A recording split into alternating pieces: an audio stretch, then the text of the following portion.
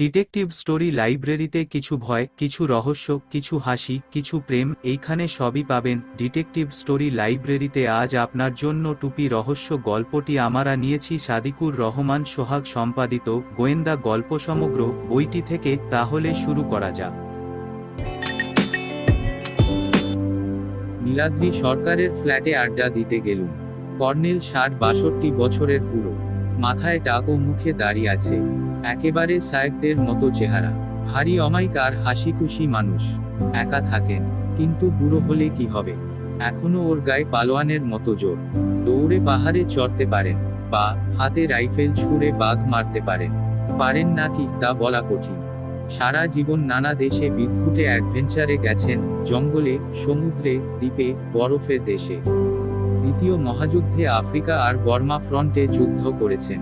অবসর নেবার পর ওর হবি হচ্ছে দুর্লভ জাতের পাখি, পোকামাকড় ও প্রজাপতি খুঁজে বেড়ানো। এজন্যে প্রায় উনি পাহাড়ে জঙ্গলে বেরিয়ে পড়েন। সঙ্গী বলতে আমি, এই জয়ন্ত চৌধুরী। আমার মতো একজন যুবকের সঙ্গে ওই বুড়োর গলাগলি ভাব যে কতটা, না দেখলে বিশ্বাস হবে না কারো। এই কর্নেল বুড়োর আর এক বাতিক গোয়েন্দাগিরি। অনেক বড় বড় ডাকাতির আর খুনের হিল্লে করে বিস্তর খ্যাতি কুড়িয়েছেন। শুধু পুলিশ মহলেই নয়, সবখানেই ওর নামটা বিলক্ষণ চেনা। কেউ যদি বলে বুড়ো ঘুঘু, তাহলে বুঝতে হবে সে নির্ঘাত কর্নেলের কথাই বলছে। সেই রোববারের সকালে ওর বাসায় গেলুম, তার পিছনে একটা উদ্দেশ্যও ছিল। আমি দৈনিক সত্যসেবক পত্রিকার রিপোর্টার। আমাদের কাগজেই একটা অদ্ভুত খবর বেরিয়েছে। জানো তো, অদ্ভুত যা কিছুই, তাতেই কর্নেলের কৌতূহল। উনি নাক না গলিয়ে থাকতে পারবেন না। আরও এই খবরটা শুধু অদ্ভুত নয়, রীতিমতো অবিশ্বাস্য। তো আমাকে দেখেই বুড়ো হাসতে হাসতে বললেন, এসো জয়ন্ত, এক্ষুনি তোমার কথা ভাবছি। নিশ্চয়ই তুমি সেই ভুতুড়ে টুপির ব্যাপারে খুব উত্তেজিত হয়ে পড়েছ। বললুম, ভুতুড়ে টুপি না, জ্যান্ত টুপি। একই কথা, বলে কর্নেল খবরের কাগজ খুলে একবার চোখ বুলিয়ে নিলেন। তারপর বললেন, ব্যাপারটা বেশ মজার, তাই না জয়ন্ত? চোঙার মতো সূচল ৬ গাওয়ালা এই ধরনের টুপি খ্রিস্টমাসের পর্বে পরা হয়। আবার সার্কাসের ক্লাউনরাও এমন টুপি পরে ফারামি করে। সেই টুপি কিনা ইচ্ছামতো চলে বেড়ায়, লাফায়, নাচে, বিছানায় ঘুমায়, খাবার টেবিলে গিয়ে খেতে বসে, ইজি চেয়ারে আরামে গড়ায়, ঘাসা। ভাবাই যায় না, টুপির মালিক যে ঘাবড়ে যাবেন তাতে আর সন্দেহ কি। বললুম, শুধু তাই নয় কর্নেল, বাগানে গিয়ে গোলাপ গাছে চড়ে চমৎকার দোল খায় ব্যাটা। কর্নেল খুব হাসলেন। তারপর বললেন, বসো, এক্ষুনি টুপির মালিক মি গজেন্দ্রকিশোর সিংহরায় এসে পড়বেন। একটু আগেই আমায় ফোন করেছিলেন। কর্নেলের পরিচারিকা মিস অ্যারাথুন একটা ট্রেতে কফি রেখে গেল। কফির পেয়ালায় সবে মুখ দিয়েছি, দরজায় ঘন্টা বাজল। তারপর এক প্রকাণ্ড ৮০ চেহারার স্যুট পরা ভদ্রলোক ঢুকলেন। ওর হাতে একটা কিট ব্যাগ। আমাকে নমস্কার করলেন, আর কর্নেলের সঙ্গে করলেন হ্যান্ডশেক। আমার সঙ্গে পরিচয় করিয়ে দিলেন কর্নেল। সোফায় গম্ভীর মুখে উনি বসলে কর্নেল বললেন, মি সিংহরায়, বলুন কি করতে পারি আপনার জন্য। সিংহরায় বললেন, আপনাকে ফোনে তো সবই বলেছি কর্নেল, নতুন করে কিছু বলার নেই। ব্যাপারটা আজ ৩ দিন ধরে সত্যি ঘটছে। খবরের কাগজে তো দূরের কথা, বাড়ির কাউকেই আমি বলিনি। অথচ কিভাবে ফাঁস হয়ে গেল কে জানে। খবরের কাগজেই বাকে খবরটা দিল কিছুই বুঝতে পারছি নে। সেজন্যেই আপনার সাহায্য চাইছি। কর্নেল মুখ খোলার আগে আমি অবাক হয়ে বললুম, খবরটা নিশ্চয়ই কোনো রিপোর্টারকে কেউ দিয়েছে, না দিলে কাগজে বেরোতেই পারে না। সিংহরায় উদ্বিগ্ন মুখে বললেন, সেটাই তো আশ্চর্য লাগছে। কর্নেল ভুরু কুঁচকে কি ভাবছিলেন। বললেন, কিন্তু টুপিটা যে ওইসব অদ্ভুত কাণ্ড করছে তা তো সত্যি। সিংহরায় জবাব দিলেন, একেবারে হুবহু সত্যি। টুপিটা কিনেছি গত বিশ্বকার চৌরঙ্গীর একটা নিলামের দোকানে। অদ্ভুত অদ্ভুত জিনিস কিনে ঘরে সাজিয়ে রাখা আমার বাতে। টুপিটা দেখতে অদ্ভুত লাগলো। ২৫ টাকা থেকে দর হাতাহাতি শুরু হয়। ৩০-এ উঠেই অন্যরা ছেড়ে দিই। শুধু একজন, বলুন, একজন অবাঙালি ভদ্রলোক ছাড়ল না, দর চড়াতে থাকলো। তাই আমারও জেদ চড়ে গেল। শেষ অবধি রোখের মাথায় ১৩,০০০ টাকা হাঁকল। তখন লোকটা সরে গেল। টুপি নিয়ে বিজয়গর্বে বাড়ি ফিরলুম এবং তারপর সন্ধেবেলা থেকেই টুপি খেলা দেখানো শুরু করল। ড্রয়িং রুমের কোনায় একটা ছোট টেবিলের উপর চলতে চলতে নিচে পড়ে গেল। তখনও সন্দেহ হয়নি। ওটা সেখানেই তুলে রেখে ওপরের ঘরে গেছি। খাওয়া দাওয়া করেছি। শুতে গিয়ে দেখি, আশ্চর্য, টুপিটা বিছানায় শুয়ে আছে। বাড়ির সবাইকে জিজ্ঞেস করলুম, কেউ কিছু জানে না। সবচেয়ে আশ্চর্য কাণ্ড ঘটল শুক্রবার রাতে। টুপিটা শোবার ঘরেই রেখেছিলুম। রাত 2টায় ঘুম ভেঙে গেল। ঘরে খসখস শব্দ শুনে সুইচ টিপে টেবিল ল্যাম্প জ্বালালুম। দেখি টুপিটা মেঝেতে দিব্যি হাঁটছে। হাঁটতে হাঁটতে জানালার দিকে যাচ্ছে। তারপর চোখের সামনে সেটা জানালা গলিয়ে লাফ দিল। বিশ্বাস করুন কর্নেল, যা বলছি, এর মধ্যে এতটুকু মিথ্যে নেই। বলুন বলুন। মি সিংহরায়ের মুখে ভয়ের ছাপ ফুটে উঠল। একটু দম নিয়ে বললেন, তখনই টর্চ আর পিস্তল নিয়ে নিচে গেলুম।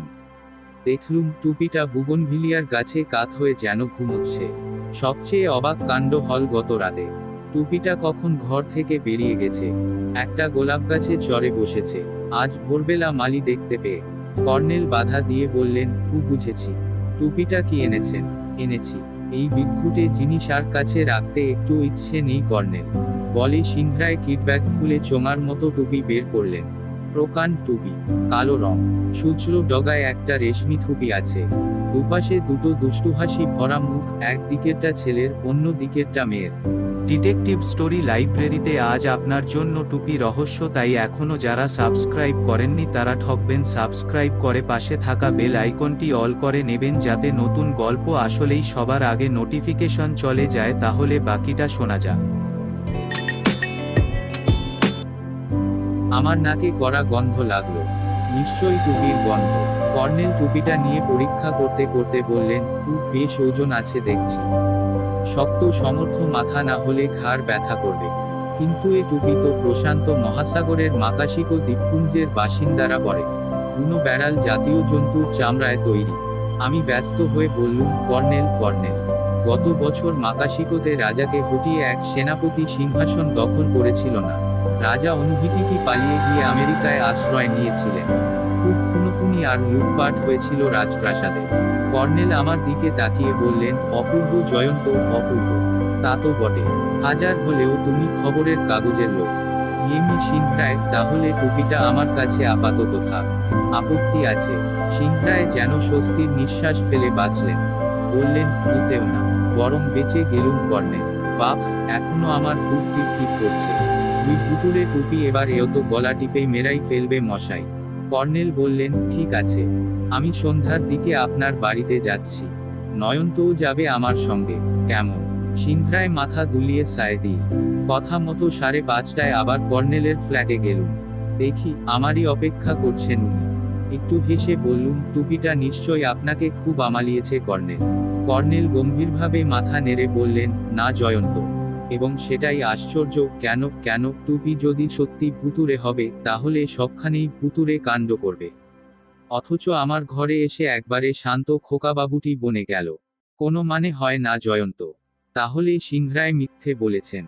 খবরের কাগজেও কি উনি নিজেই খবরটা দিয়েছেন? কিন্তু এসবের উদ্দেশ্য কি কর্নেল? সিংহরায় কেন এমন আজগুবি ঘটনা রটাচ্ছেন? সবকিছু জানতেই ওর বাড়ি যাচ্ছি আমরা। চলো, বেরিয়ে পড়া যাক। নিউ আলিপুরে সিংহরায়ের ইভিনিং লজে যখন আমরা পৌঁছলুম, তখন সন্ধ্যা 6টা। বিশাল বাড়ি, চওড়া লন, ফুলবাগিচা, টেনিস কোর্ট আছে। আমাদের অভ্যর্থনা করে প্রকাণ্ড ড্রয়িং রুমে নিয়ে বসালেন। টুপিটা কর্নেলের হাতে ছিল। সোফার এক কোণে রেখে পাশেই বসলেন। তারপর কথাবার্তা শুরু হল। দেখলুম কর্নেল টুপির কথা মোটেও তুললেন না। ঘরের নানান শিল্প সামগ্রী নিয়ে পুরাতত্ত্বে চলে গেলেন। ওসব পণ্ডিত ব্যাপার আমি বুঝিনে। চুপচাপ বসে রইলুম। হঠাৎ আমার চোখে পড়ল টুপিটা নড়ছে। নড়তে নড়তে সোফার পিছনে চলে যাচ্ছে। ঘরে আলো খুব উজ্জ্বল নয়, হালকা ধূসর আলো জ্বলছে। আমি নিজের চোখকে বিশ্বাস করতে পারলুম না। এত অবাক আর ভয় কাঠ হয়ে গেছি যে মুখ দিয়ে কথা বেরুচ্ছে না। টুপিটা সোফার পিছন দিয়ে মাতালের মতো টলতে টলতে এগোচ্ছে। ডগার টুপিটা ঝুঁকুনি খাচ্ছে। দেখতে দেখতে ওটার গতি বাড়ল। দরজার কাছে যেতেই আমি এতক্ষণে চেঁচিয়ে উঠলুম, কর্নেল কর্নেল। টুপি টুপিটা পালাচ্ছে। সিংহরায় হা করে তাকিয়ে আছেন। কর্নেলকে দেখলুম, মিটিমিটি হেসে উঠে দাঁড়ালেন। তারপর দরজার দিকে এগিয়ে গেলেন। ততক্ষণে টুপিটা দরজার বাইরে অদৃশ্য হয়েছে। কর্নেল দেখলুম দরজার কাছে গিয়েই অচমকা লাফ দিলেন। তারপর উনিও অদৃশ্য। এতক্ষণে আমারও হুঁশেল যেন। দৌড়ে বেরিয়ে ডাকলুম, কর্নেল কর্নেল। অমনি লনের ওদিকের গেটের কাছে কাছে দুরুম দুরুম আওয়াজ হল। নিশ্চয় কেউ গুলি ছুড়। দারোয়ান চাকর বাকর চেঁচিয়ে উঠল। দৌড়াদৌড়ি শুরু হল। গেটে গিয়ে দেখি কর্নেল এক হাতে টুপি অন্য হাতে পিস্তল নিয়ে দাঁড়িয়ে আছেন। মুখে সেই মিটিমিটি হাসি। রুদ্ধশ্বাসে বললুম, কি ব্যাপার কর্নেল?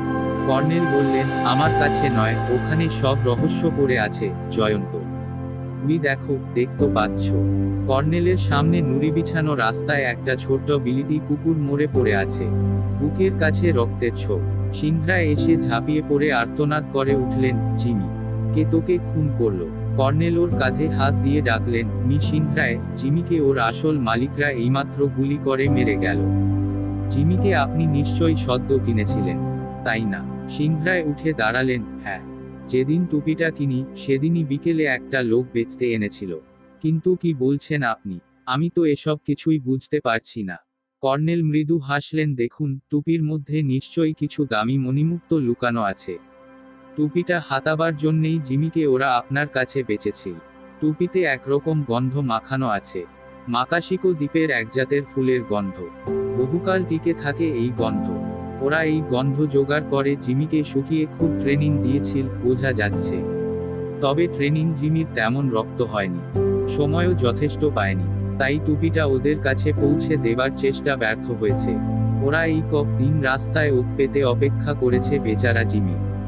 সিংহরায় হতভম্ব হয়ে বললেন, তাহলে টুপির তলায় জিমিটাই ঘুরে বেড়াতো? অবশ্যই ভুতুরে টুপির রহস্য হচ্ছে ইয়ার ও খবরের কাগজে খবর দিয়েছিল ওরাই, যাতে টুপিটা হারালে ভূতের ঘাড়েই দোষটা চাপানো যায়। বুঝলেন তো? ওইটুকুন কুকুর খাড়াই মোটে 6 ইঞ্চি। টুপির তলায় ঢুকলে তো ওকে দেখা যাবে না। এরপর আমরা ড্রয়িং রুমে ফিরে গেলুম। ছুরি দিয়ে টুপির ভেতরটা চিরে দিতেই গুচ্ছের রঙিন পাথর ঠিকরে পড়ল। চোখ ধাঁধানো রং সব। আমি লাফিয়ে উঠলুম, কর্নেল, রাজা আনুহিটিক পালাবার সময় অনেক ধনরত্ন নিয়ে যান। পথে অনেক খোয়া গিয়েছিল নাকি? এই টুপিটার মধ্যেও কিছু ছিল দেখা যাচ্ছে। কর্নেল চুরুট জেলে শুধু বললেন,